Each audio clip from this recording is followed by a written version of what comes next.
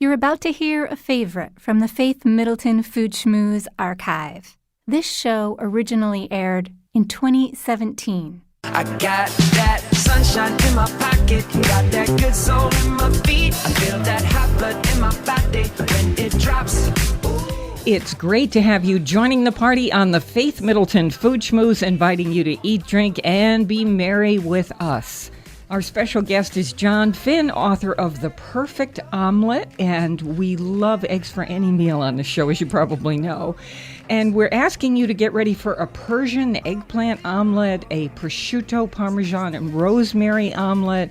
We have a good wine discovery for you and a tip for soaking salmon before putting it on the grill or in the pan. It will make a huge difference. Okay, my food buddies are here. Alex Province, wine broker in Hartford, Robin Doyen-Aiken, senior producer, Chris Prosperi of Metro Beast Restaurant in Simsbury, Connecticut, and of course, John, the man we refer to as Renaissance Guy. Okay, can we do fish discovery? Yeah. I have a feeling I'm talking to the right people because I just discovered porgy. Now, New England fishermen call it scup, but you know, those of us, I love to fish, but I don't call it that. I call it porgy. It's bony, but I'm in love with it. I always ask somebody else to bone it who knows what they're doing, whether it's the restaurant or the fish market. It is so delicious. Delicious. I've We never had smoke it. it. It's really inexpensive. It's abundant. You get a ton of it around here. Alex probably catches them. Yeah, I'd be afraid. I'm still going for fluke. Yeah, but they're an abundant around here. You can catch them like all day long. Well, they run through, I would say, probably mid-October, the end of October, I think. Do you ever catch them, Alex? Yeah, I see. It's one of those fish that everyone seems to be trying to catch off the docks and trying to catch like on little boats in, you know, the mouths of rivers and, you know, all over Long Island Sound. And I bet it's difficult to clean because you want to Get the keep the bones, out. you know, fillet it just right so you can get the bones out. So I'd be handing it over to somebody else in Yeah, this see, case. I always say cook it first, bone it after. If you're eating it at home, right? Once it's cooked all the way bones give it through, flavor. the bones just pop right out. Oh, So that is After it's interesting. cooked, right? It's hard to bone a fish when it's raw, but once it's fully cooked, because what I do at the restaurant is I hot smoke them, and then we just take the meat and chunk it up into little pieces and make like a little salad out of it. It is so tasty, but once it's cooked and smoked, I just take them with my fingers and I pull the bones right out. So if you put this in a little, if you know how to do tempura, it is so delicious. But if you are just going to just fry it in a little olive oil, how would we describe? Just tender, white, sweet, very sweet meat. Small flakes. It reminds me Yeah, how they it flakes cook it very in easily. Spain, just like lightly flour it and really hot olive oil with the bones, and then on your plate, you just gingerly with your fingers, you can just sort of pull the meat off, and the bones, I think, give it flavor and moisture. Yeah, that's why I say leave the bones Shouldn't in be and cook afraid it of 'em. on the bone. Just don't eat 'em. Yeah, just don't eat them. And just like I said, you can do this before you take them to the table, right? Cook them and then bone them and then put them on a little platter. You can even give them another little heat in the oven to warm them back up, and then you don't even have to worry about the bones. With Well, any it's- fish, I think. It's true. You know, maybe they'll be a little bit more flavorful because of the bones, but I so don't want bones in Yeah. I'm asking my fish market to do it. So you shouldn't be afraid. Okay, you want to do one more fish thing? Because this is this idea of brining fish. When we talk about turkeys and doing that, everybody's eyes roll back in their heads. It seems so 5-gallon complicated, right? bucket. I am talking about instant brining, probably 10 minutes in a little bit of salt water for your salmon fillets. We talked about this earlier, but we're getting salmon again to put on the grill right now, feeling like we're celebrating summer before it disappears. And so the idea is 5 tablespoons of salt in 2 quarts of water. And then you put your fillets in and just let them sit there for about 10 minutes. Dry them with a paper towel and then cook them any way you want. So it just adds more flavor. Oh, it adds a little bit of the briny feeling, but it stays so moist. What do you think, John? Would you? Well, I'd love to do that, but I'd also like to try it in a vegetable stock, too. I think it would be wonderful just to salt the vegetable stock a little bit and give it a little additional flavor. What a good idea. Do you have a store-bought vegetable stock you like, or you make your own? No, I prefer to make my own. It's so easy, and I've always got discarded vegetables lying around the So kitchen. what do you I've got do? scraps. How do you do it? I usually just take whatever I have discarded, although you have to be careful not to overwhelm with one particular vegetable, and I always do that. For some reason, I have leftover carrots. And there's a difference between a good vegetable stock and a carrot stock. Nobody really wants a carrot stock. That's a bad idea. So you throw a Just bunch of vegetables in Throw them together. in a pot with some water, and I just let them sit for 20 minutes on a low simmer. And No garlic, I might put garlic in. It's I don't really have a standard recipe, right? It's just whatever I see in front of me. no white wine. A little bit of white wine and peppercorns. I don't know why, but I have to put Sure. peppercorns in everything. Well, So that sounds I'm good. thinking in that stock you'd throw in a handful of dill. Oh, 'Cause I dill love would dill be- and salmon. For salmon. Dill would be fantastic. That's great. So this is simple. Kicking up. Then you would add in the salt and brine it in that. And Chris, what would that do if you had it both in the vegetable stock and with the briny, salty? Well, yeah, what happens is it draws moisture out and then draws moisture back in. And when it draws the moisture back in, it's going to bring in that vegetable stock and those vegetable flavors along with the salt. Well, okay. Well, I think it's and it does make it easier to grill and sear, right? Because you have that little dry skin. Once you dry it with a paper towel, you have that little pellicle on top that will help it sear, and it would help it from not sticking on the grill. Do you too. oil it again, a little olive oil? You don't have to. Yeah. No. You're hearing from not only Chris and Alex, but John Finn, who is our special guest and is author of this book we love. It's called The Perfect Omelet. And this is a man who knows how to make it. Chris just made one of his omelets for us, and it is, I said to Chris, this is the best omelet I've ever had in my life, and I've had some omelets. We love eggs for every meal. We're going to get to that in just a minute. So can we do this idea of a no-cook pasta sauce? Oh. Now, Love of that. course, pesto is that, but that's not what I'm talking about. I'm a tomato-based no-cook pasta sauce. Chris, I've used how them would before. you? It can be so simple. How would you do yours? I chop fresh tomatoes, especially now. You chop them. Yeah, I chop quarter? No, I like big chunks, like 1-inch pieces. I like big pieces, and I take them and put them in a bowl, and then I put it in fresh basil, extra virgin olive oil, like a good glug, so it gets nice and marinated, and then salt and pepper, and then I just let that sit for, I don't know, 10, 15 minutes, and then now it's coming up to room temperature. I cook my pasta, and then when I drain my pasta, I just take it and put it in the bowl with the tomatoes, and then at the end, I just throw in little chunks of mozzarella cheese. Dried oregano? a little? No, nothing. I just do fresh basil. That Oh my sounds gosh, absolutely because it's delicious. raw, right? I don't like using dry like oregano and stuff when I'm not cooking. Because you're going to taste it. Yeah, and it's just, and you're going to do a raw sauce. You want all your flavors to be fresh. Have you tried it with a flavored vinegar too? Because I mean, Ooh, yeah, that might be very good. nice. Yeah, a Wait, little what acidity. you thinking of a balsamic? Yeah. Well, it could be a balsamic, but it doesn't have to be anything as overpowering as balsamic. His You fre- mean ah, like a sherry, It Spanish could be a sherry or vinegar? Spanish or even an Amontillado or something. Something that would give it just a little bit of flavor. So one of the fresh pastas I like to do would be, and I shied away from this because I thought, who wants to grate tomatoes? Until I met Alex and understood what his family does in Spain, where they grate tomatoes on a piece of bread. To get the tomato and the juice to soak into the bread, which sounded so incredible to me. So I take beefsteak tomatoes and just rub them up against a grater. Sometimes the skin falls off and I just toss it out and just grate. Throw in a little bit of garlic and some olive oil, and Chris, your fresh basil. So our recipes are essentially the same. Yeah. Mine is the grated and Grated yours is is the chunky. chunked. Yeah. And then do the same thing. Yeah. Cook up the pasta, and then I too grate a little bit of cheese on the top, Yeah. and you just toss that whole thing Heaven. together. On occasion, and John will probably approve of this, I just do a little sprinkle of hot pepper. Ooh, give it a buzz. Okay, Yeah, he yeah. likes that. I like that Okay, idea I a knew he lot. would like that.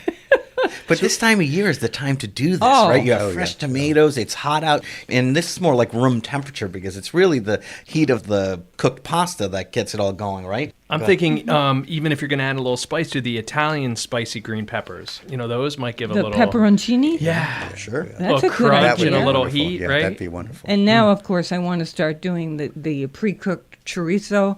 Oh yeah. Oh, you can take this anywhere. Now I'm ready to have some Yeah, fun. you can take this anywhere. Now let's cook it. Left. Yeah, let's cook it. Okay, so do you want to get to omelets in just a minute? Let's do our wine, and then let's turn to these omelets. We want to spend a little bit of time, from time to time, focusing on our regional wineries who are either growing their own grapes or bringing them in or mixing them with their own grapes and other grapes.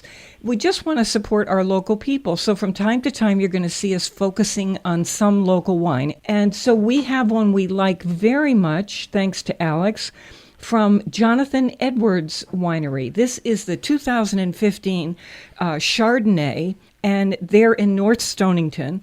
Alex, what would you say? So Jonathan Edwards was founded in 2000. They actually have a relationship with the West Coast. So they do West Coast wines that they make in California and East Coast wines that they make in North Stonington. This is the Connecticut estate bottled Chardonnay. So all the grapes are coming from a hillside.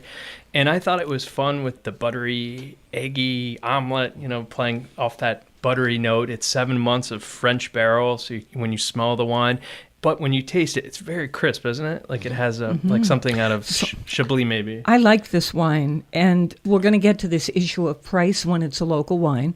Chris, go ahead. Yeah, but you know what I love about these wines? I like drinking them there. I don't know if you go to these places sometimes. They're beautiful. But this is where you get this bottle. You're at Jonathan Edwards Vineyard. You sit down somewhere on a blanket or a picnic table in the summer, right? And you drink the wine there.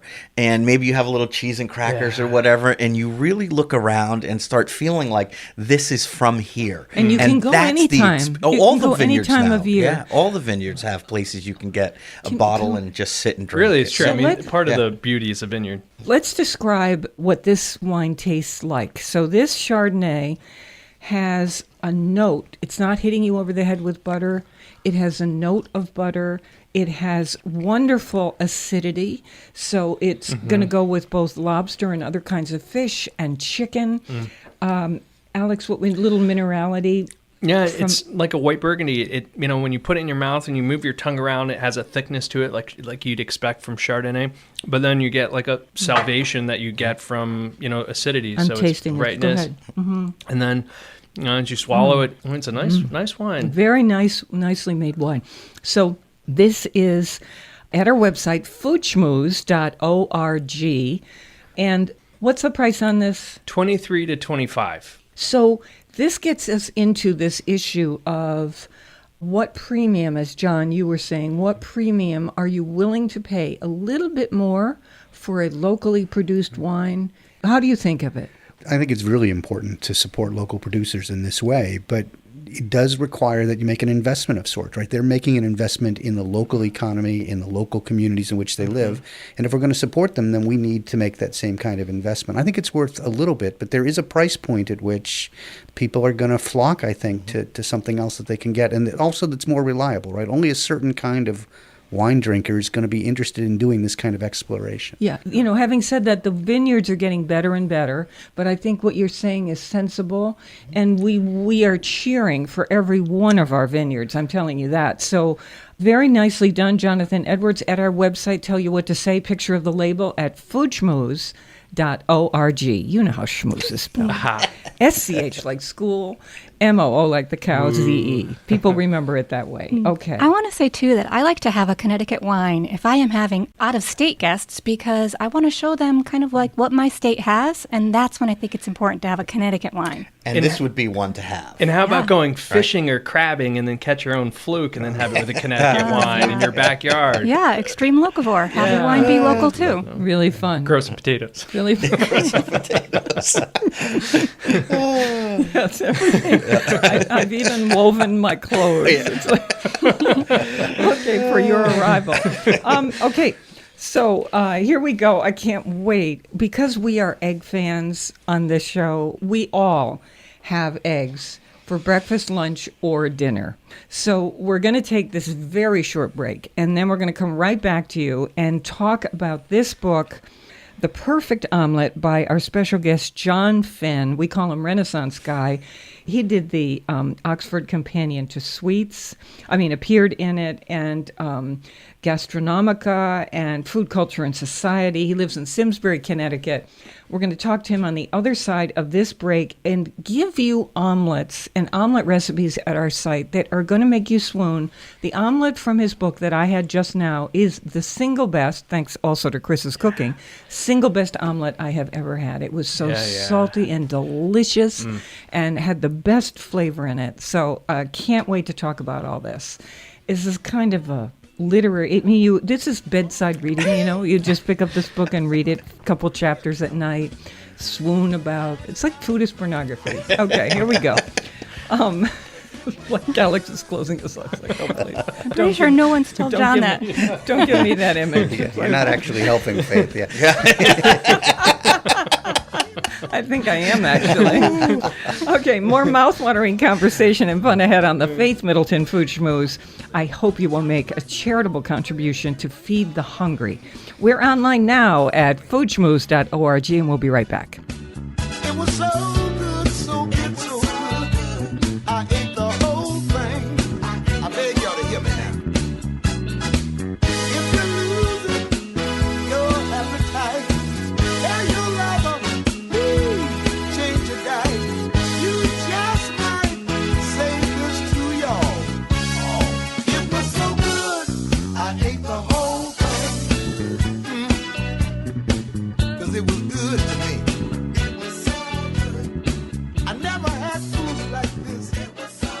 It was so good, it made me holler. You're listening to a rebroadcast of the Faith Middleton Food Schmooze.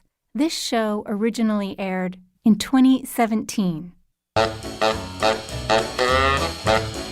Beans and cornbread, beans and cornbread, beans and cornbread.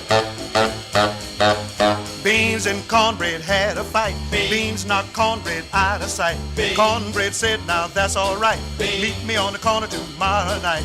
I'll be ready. I'll be ready tomorrow night. I'll be ready. I'll be ready tomorrow night. I'll be ready. I'll be ready tomorrow night. That's what Beans said to cornbread. Hey, guess what you can do? You know how I say this when we come back from the first break as we go into our book, The Perfect Omelet.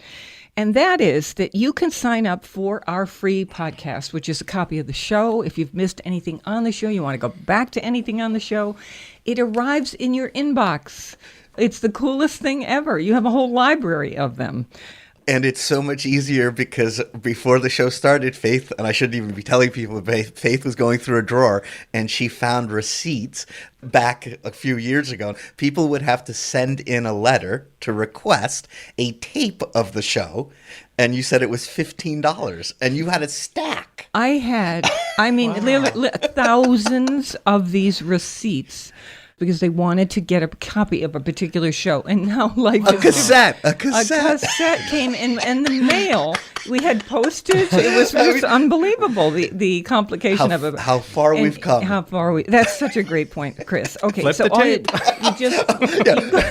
Did it go to the first break or second break and then you flip? Use the pencil to roll it back in. Everybody below a certain age has no idea what you were talking about. Yeah. Oh, it was amazing.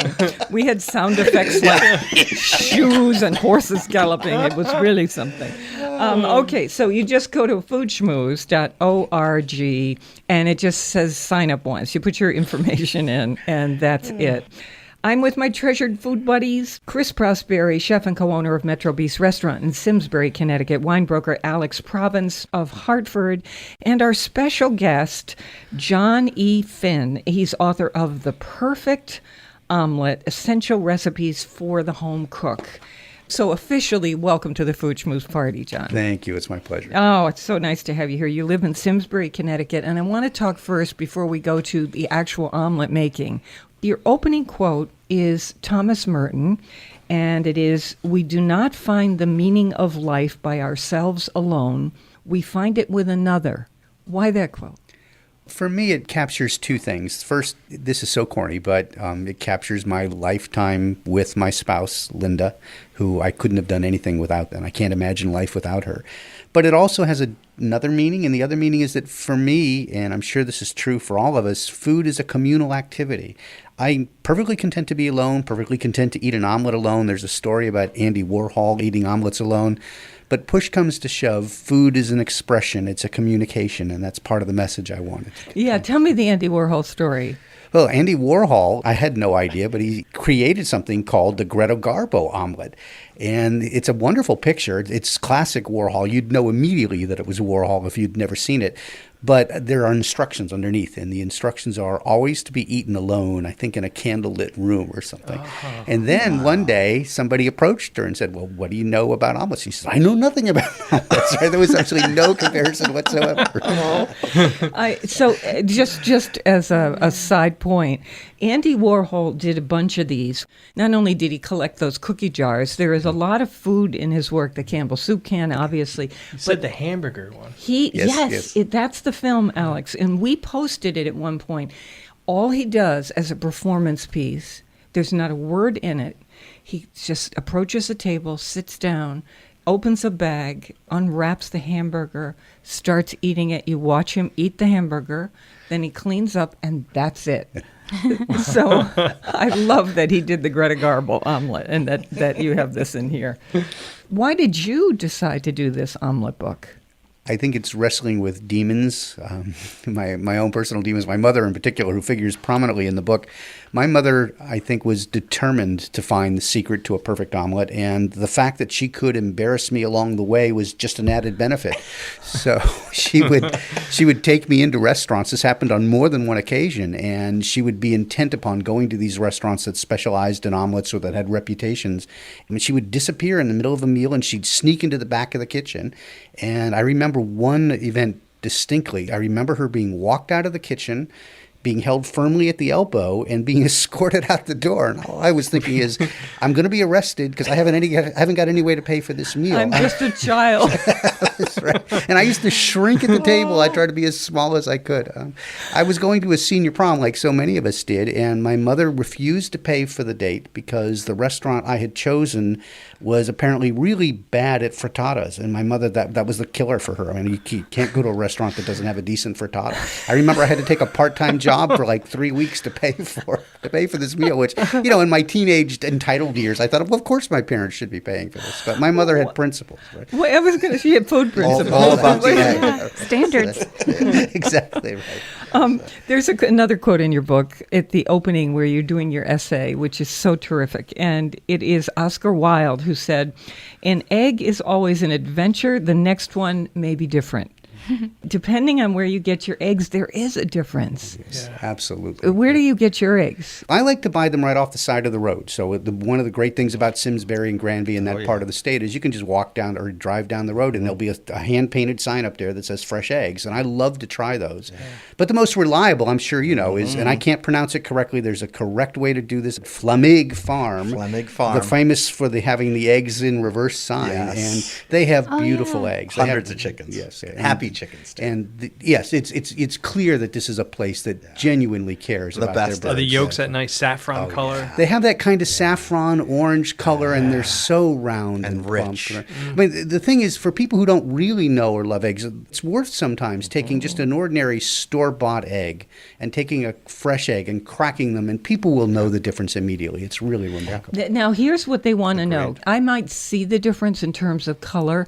Can I taste the difference? Maybe this is what I want to believe, right? I mean, there's a whole mythology associated with this, but I genuinely do believe that you can taste the difference in fresh eggs. It can be subtle, but a really good fresh egg is so delicious. Let's go to your omelets. I, for one, don't think I make a very good omelet. And so I look at this book with the greatest interest to see what it is that I can do better. Even though when I make an omelet that's just okay, I enjoy it. But I see when I watch other people, I've certainly watched Jacques Pepin make an omelet, and, Chris was making his omelet earlier. Chris Bryant, yeah. It's just, it's a whole other thing. There's a bit of an art to it. So what would you say? What's the key? The key is good ingredients, right? I mean, because even if you're not especially skilled at making an omelet, really good ingredients cover just a host of sins. So that would be the most important thing. And the other is, this will sound a little corny too, but I think having respect for what it is you're doing more than anything else, that and fresh ingredients. What do you mean? Respect for ingredients means, for example, choosing the best you can get first. And afford, yep. And afford, absolutely, right. And let's be honest about it, fresh eggs are actually more expensive. You're going to pay a premium for them. It builds into the wine discussion we were having earlier. Maybe you treasure them more, though. That's precisely it, right? I mean, they're more value to you, so you're not just going to throw them around. Yeah. But it also means, and this is a point I try to stress in the book, when you're cooking, this is true, I think, for all cooking, although I'd be interested in hearing whether Chris agrees or whether any of you agree. I think paying attention to what you're doing. It is so easy to be distracted. There are so many things that compete for our time and our attention. An omelet isn't a whole lot of investment, right? It's only 5 minutes of your time, 10 minutes if you're doing something truly spectacular. It's worth taking the time to concentrate on just doing the omelet. 100%. I think because it's such a simple thing, it's such an inexpensive thing that people I talk to that have trouble making it, they're like, "Oh, I'm just gonna make an omelet." I never just make an omelet, and you too, right? An omelet is an amazing thing. Enjoying the process. Yeah, and really watch what's happening in the pan and be there. Would you all brainstorm with me? Because I can tell you what my number one mistake is after we focus on a couple of recipes. I want to get to, and we have this at our site, foodschmooze.org. We just had it. Chris made it for us, and it was so delicious. It's the prosciutto, parmesan, and rosemary omelet. Oh, it was perfectly made, and the flavors that you have chosen for this. It has flavor. It has a little texture. With the tuile. It has. I mean, it's the it really is the perfect Let's say what this omelet. is. Okay, so it has a little. It's optional, but it's a little Parmesan tuile, which is a thin all-cheese cracker that you just grate some cheese, fry it up in a pan, and you're done. It becomes a cracker. Make a sandwich out of it. It's so wonderful in terms of texture with the egg. And they're so addictive. Once you start eating them, you can't stop. Yeah, try eating one. Yeah. I was really looking around to see where so you can eat that? Couple eggs, water, chopped fresh rosemary. I would say careful not to overdo that. Salt and black pepper, unsalted butter, couple ounces of prosciutto that you roughly chop up, and some shaved Parmigiano Reggiano, and you can have this little cheese cracker on the side. So there are the ingredients. There's nothing wildly exotic about that. How does it come together for you? Take us through it step by step, John. For me, the first most important thing is making sure you have all your ingredients ready, because an omelet goes so quickly. The last thing you want to be doing is hunting around trying to find something, because it's all going to go to pot if you have to go run to the fridge to get something. So step one, here's what's interesting. You preheat an 8 or a 9-inch skillet on medium or medium to high heat with nothing in it. Is it a dry pan? I start with the dry pan, and then we'll usually add, for this omelet, I think I say butter. But olive oil is fine too. In fact, I find for most of my omelets, except for dessert omelets, I end up using olive oil or a combination of olive oil and butter. But probably more than anything else, the temperature of the pan is going to be critical to making a successful omelet. And it's not an exact science, right? None of it's an exact science, but if you do it enough, you'll learn exactly where the point is. I like to think that the butter should just be beginning to make some noise. You want to see it bubble. You want to hear it sizzle. It's not the end of the world if you do it too much. You can do a lot with brown butter, right? But once it burns, there's nothing you can do with it. When no one was looking, the one omelet I made for one of the producers here, right? Alex was talking to me, and I lost what I was doing, and it went to brown. But she didn't even notice. She loved the omelet, but a little brown butter doesn't hurt No, not at all. Now, here's the next thing. In the next step, so we've preheated the skillet. While that skillet is preheating, you are whisking together the eggs, rosemary, salt, and pepper. You're using a fork to do this, and then a little touch of water. Is there a science reason for this? There's supposed to be anyway, right? I mean, loosens it up, right? Yeah, it also the steam helps cook it softer, right? And as it more airy, and more airy. So imagine this: your skillet is heating. You've got a fork, and you're zipping, with the eggs, the water, the rosemary, the salt and pepper, until it's combined. Now you just plop a little bit of butter in that skillet, swirl it to coat the pan, and it starts sizzling, as John just told us. And now you add that egg mixture and you swirl it in the pan. There are so many different theories about how to do omelets, but I tend to go with the swirl and the fork. So that it covers the whole bottom. So that it covers the whole bottom. And then what? You let it sit? Well, I prefer to let it sit just for a couple of seconds. I mean, I know there are people who immediately want to start with the fork or the shaking of the pan. Just let it sit for a couple of seconds. Okay, you said 10 seconds. Maybe 10 seconds or so. Again, depending on where you have the heat, you have to sort of adjust it by size. Here it goes. This is the part, right? This is the part. Ready? So you're holding the handle of the pan, and you're using a rubber spatula or a wooden one, and you pull the uncooked egg. This one, I would say I would take that spatula or the fork, and I would probably move around the compass, moving the uncooked part of the egg to the center of the pan and just pulling it. That's exactly right. It. So it's sitting there for about 10 seconds. And it's set a little. That's the on other the thing. bottom. Yeah, it's set a little bit on the bottom. And you'll see it, Now- as Alex said, you'll see around the side. You'll know that it's setting because the sides will just begin to firm up. What are we doing with the raw top? The trick is to move the uncooked egg to a place where it can cook. And you can do it with a fork, you can swirl the pan, there are lots of different approaches. But the trick is to keep the egg moving in the pan so that the cooked egg moves out and the uncooked egg moves usually towards the center of the pan where it's going to be a little bit hotter. This happens with remarkable speed. It should be done in a minute or two. But you've only got 2 eggs, maybe a maximum of 3, and you don't need to rush this along. The 2 or 3 minutes sounds like it's hurried and it's rushed, but it's not. You start by letting it sit, and as you see the egg begin to cook, you move the uncooked egg around. It's very simple. Okay. This is where you add the prosciutto and the cheese in the center of the egg. I find that one of the common mistakes, the most common mistakes, is trying to cook all of this stuff at the same time. Let the eggs take the form. Let them get settled. Let them begin to look like an omelet. One thing that most Americans at least tend to do is to just throw it all in the pot at the same time or in the pan at the same time. That I do. That strikes me as being a real recipe for disaster. Mm-hmm. And also putting too much cheese in. This is a real pet peeve of mine. You don't need a lot of cheese in an omelet. You only need a little bit of cheese in an omelet. You know you're wrong. I've been influenced by my daughter, one of my daughters who absolutely hates cheese. But too much cheese actually changes the texture of the egg and makes it much harder to cook the egg, actually. Yeah, so it if you're does. going to add it, let the eggs worth sit the wait. for a while. Cheese is always worth it. Okay, so now we come to use that spatula, and you're going to fold the omelet in half, moving from the outside of the pan to the inside. You're going to just flip it over, one half. What do we do at this point? Do we let it sit cooking on one side now that it's folded over? Do we flip it over? Well, this sort of depends on your philosophy, right? But traditionally, you wouldn't let it sit in the pan. You want to move it out of the pan, and it should a very nice kind of almost like the shape of your hand. So if you hold your hand, was it soft on the inside when I flipped it? It should still be soft, yes. But again, this is a matter of preference, right? Not overcooked. It shouldn't have any color. It should be perfectly pale, and it should be, as the French say, bavouze, runny in the middle. Yeah. In my experience, too many Americans really are not crazy about that. They want it to sit in the pan, as you suggested, give it some color. I think those omelets tend to be kind of dry and sticky, but it's just a question of preference. I don't think there's a right or wrong. So if you like it crispy, it's the same procedure, just a little bit longer. Just let it sit. So these are the steps. Of course, John does a great job in the book of not only giving you all kinds of omelet recipes, but he does a great job of explaining how to make an omelet, just as we're doing on the show. And on the other side of this break coming up, I'm going to tell you about my main mistake. There are so many when I cook omelets. And we're going to see if John can help me out with that.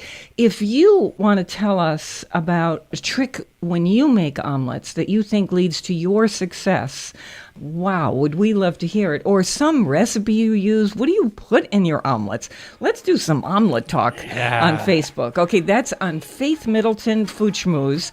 We love the local. Please support your local food growers and food makers.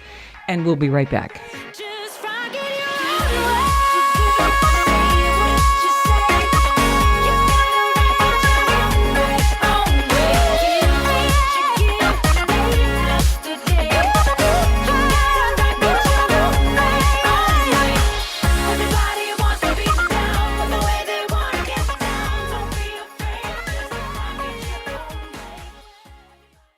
You're listening to a rebroadcast of the Faith Middleton Food Schmooze. This show originally aired in 2017. I'm putting all my eggs in one basket. I'm betting everything I got on you, Mama. This is the Food Schmooze Party, offering the richness of life and coming to you in Connecticut, Rhode Island, Massachusetts, and New York, including Westchester County, the east end of Long Island, the Hamptons. The senior producer is Robin Doyon-Aiken, and to hear the show on WNPR, it airs Thursdays at 3, and of course you can get the podcast. But here's what we want to say to you to get this conversation going on Facebook. We are blown away by the kinds of eggs in our region. We want to know from you, where are you getting local eggs? Or if you're doing the farm, let people know. Our address on Facebook is Faith Middleton Food Schmooze. Can't wait to hear from you about that. Our special guest is John Finn. Recipes from him and the book, plus information about the book, online right now at foodschmooze.org. The book is called The Perfect Omelet. This Persian eggplant omelet is a knockout. I know the Persian flavors because I love Persian food, but go ahead. What makes this Persian? Well, I'm not really sure what makes it Persian on some level, right? I mean, there's so much exchange, so much borrowing between all of these cuisines. One of the things I learned trying to do the research was that there's real uncertainty about where the omelet comes from in its initial sort of origins, right? I mean, everybody seems to agree that the first omelets were Roman, but from that point on, some of us think the trail goes through France, and everybody thinks France has the iconic omelet. But there's a really good argument to be made that the original omelet is really more of a Persian, Middle Eastern kind of concoction, and it's largely a question about using spices. Oftentimes, the Persian omelets are a little bit thinner. They use less eggs, or they're cooked in a larger pan, so it appears that the omelet itself is thinner. But traditional ingredients would be heavy with herbs of one sort or another, and local meats or local vegetables. Eggplant, of course, appears throughout all So in of your them. recipe, eggplant, chopped onion, sliced zucchini, olive oil, ground turmeric, ground cinnamon, fresh leaf parsley, butter or olive oil, mint or basil for garnish. So you can see those flavors. And I would probably use all of those and more. I mean, if I had, I would simply go to the market again and whatever fresh herbs are Your there. or yard, whatever. all the mint. Yeah. So Yes. this is a wild thing. One day I didn't have too much in the refrigerator, and I was trying to put something in my omelet. And I tossed in Kalamata olives. And what a combination Nice salty brine. that turns out to be. Oh, that's Kalamata good. olives. I bet in- capers would work too. Yeah, capers would be nice. Yeah, so experiment with your eggs and see what a meal this can be. good.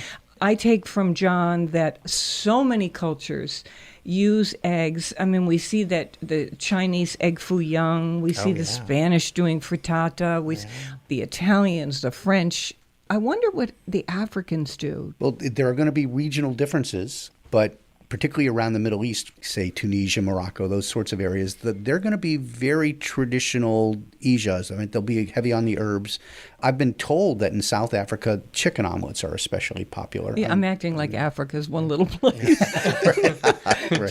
So gigantic. It's ridiculous. I'm thinking like an ostrich omelet, like a big one. Well, you can make omelets out of ostrich eggs, and it's Yeah. going to be a big omelet. Hope you're hungry. I'm crazy about duck eggs. Oh, duck. And the shell is as hard as iron. I mean, you really practically need a hammer to get inside it. What's But it, a richer what taste? Yes, Yeah. richer Yeah. and gorgeous. Yeah. Really Young's just Farm, so luscious too. Okay, on the tongue. so we have this at our website, how to make this Persian eggplant omelet. It's no harder than the last one. We're talking about these ingredients that you saute the eggplant, onion, zucchini, a little salt and pepper, olive oil, add the turmeric and the cinnamon and stir it around a little bit so everything gets incorporated. Then you stir up your eggs and parsley and water and salt and pepper, and then pour it over this stuff that's in the pan, and there you go. You've got an omelet. You know, you could add potatoes if you want. If it's a main meal, you could add other vegetables. Play with your omelet. Play with your omelet. Tell us where you get your local eggs. And if you think they are different, I certainly get a million eggs from the supermarket. Those are good, So they're perfectly fine. Yeah. But farm stand eggs, there's something about them when they're local eggs, or that little sign on the side of the road, right? Honor system. Yeah. Drop off a couple of dollars. I have to and make pick sure it you have up. money though. a wallet with cash in it. That's true. Okay, can we brainstorm to help me make a better omelet? Because my omelet's not so great. I mix up the eggs and stuff, and I do the mistake of putting all the ingredients in at once, including the prosciutto and the olives, and everything goes in at once. No, I do the cheese at the last minute, and too much of it on purpose. So that's one mistake I've learned on that from all of you. Next thing, when I'm trying to clear the top of the raw egg and the bottom is cooking, I'm pushing it toward the sides of the pan and lifting up the edge of the cooked omelet so that it can slide under and keeps cooking. Okay, so fine, not the worst thing in the world. Now it's time for me to flip over half my omelet. I'm waiting too long for it not to be so wet on the top because I'm afraid it's going to be too runny when I try to eat it. So you have a Frisbee? Mistake number 3. Yeah. You have a Frisbee? So number 4, what happens is I flip it over and it's too brown. It's too brown. It's not Scorched. Noxiously brown. Oh, no, it's not scorched. It's just brown, and I don't think you want your omelet to be brown that way. No? Some Maybe? people like it. Some people do. Like I I said, don't, that's a but- preference. Yeah.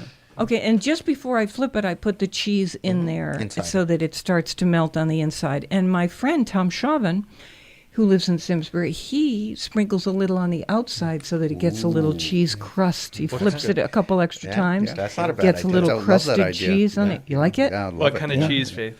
Oh, I use all kinds of cheese. Lots and lots of feta. Parmigiano Reggiano. Gruyere would be a favorite.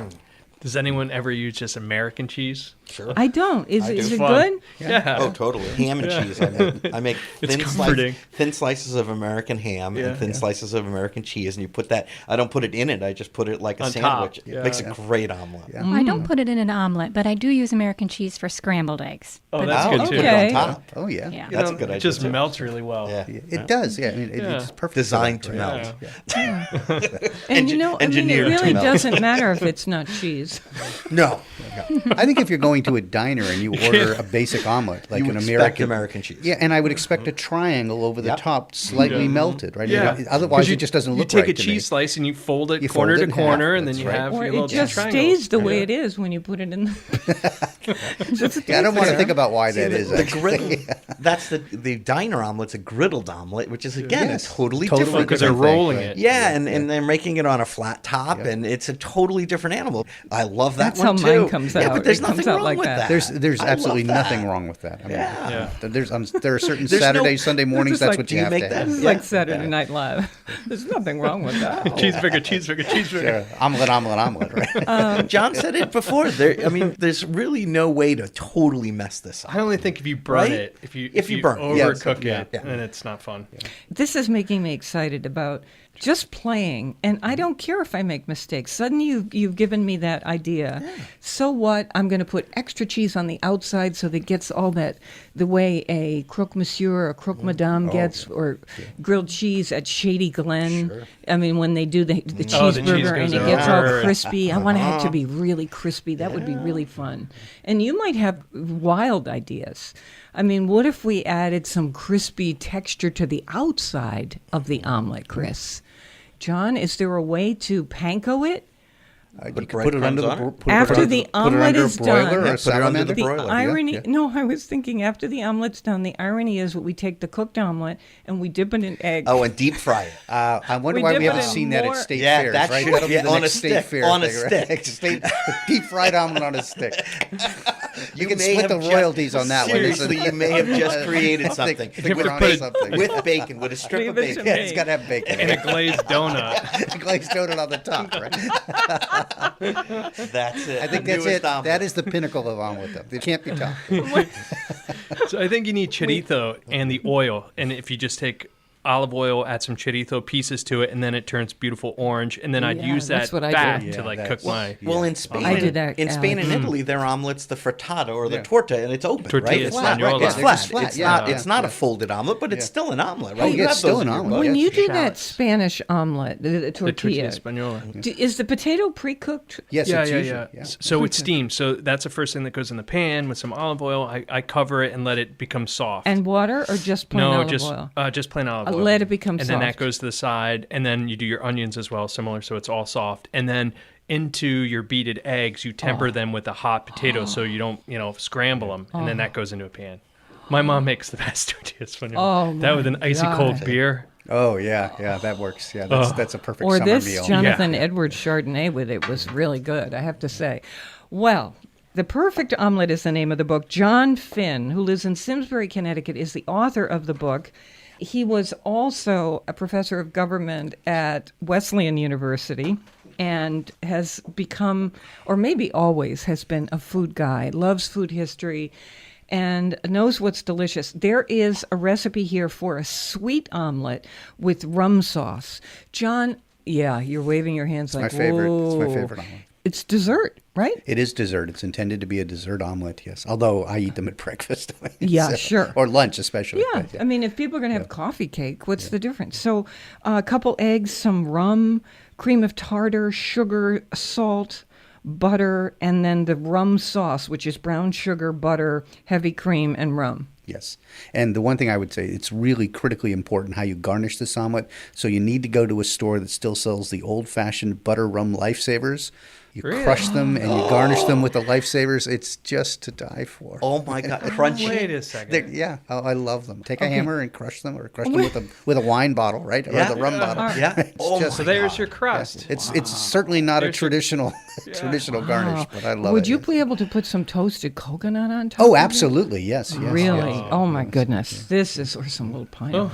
Pineapple. This is really, this idea of the sweet omelet is really got me. Really, what fun as It's like a dessert. flan. Normally, if you're making a dessert at home for people, let's say a coffee cake, this isn't outrageous. The eggs are already baked inside. The difference here is you can see the egg. I would urge people to try one of the chocolate omelets. Yeah, I was just looking through the book going, oh my God. like So there's a custard. chocolate Chocolate. soufflé omelet. So you melt the chocolate, or you could use cocoa powder, which I guess actually in the Basque region of Spain is how they do this. They'll use cocoa powder, but the French, of course, are going to use the melted chocolate. And you put it in the egg yolks, and then you combine the yolks with the whipped whites. It's like a soufflé. It's like a soufflé. It's a soufflé omelet. Yeah. I start it in the pan, and then you stick it in the oven for 7 minutes, 8 minutes or so. Wow. It puffs up like a soufflé, and you won't believe this. It tastes like chocolate cake, like a flourless cake. Why didn't we make that today? Can we still make that today? Well, I mean, you Wow. could do the whole thing in 15 minutes, and That's so you make that for your guests. I made that actually yesterday at my culinary school. I was doing a culinary demonstration, right? And Chocolate soufflé there was so much omelet. sort of apprehension about it. and it was wonderful. I liked it.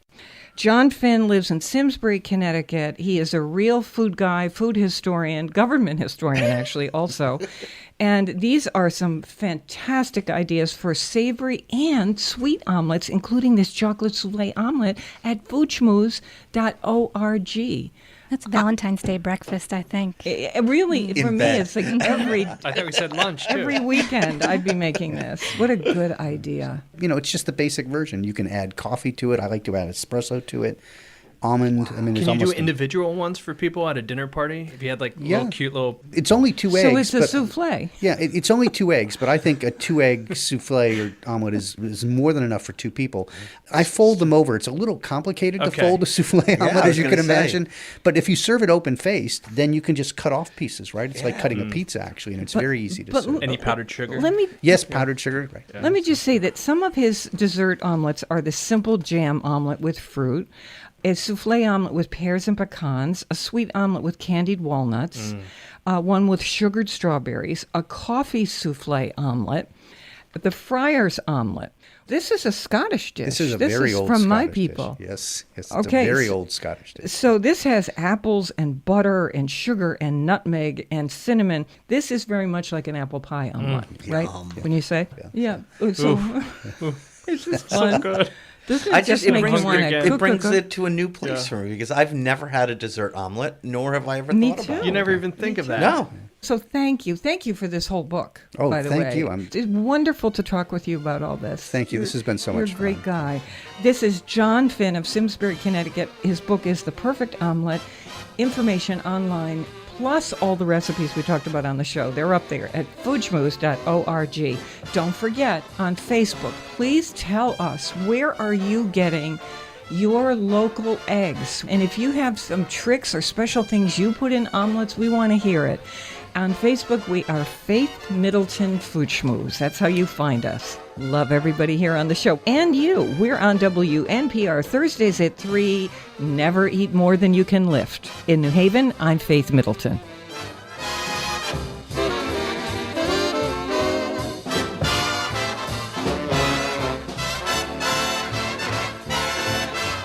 Everybody eats when they come to mind.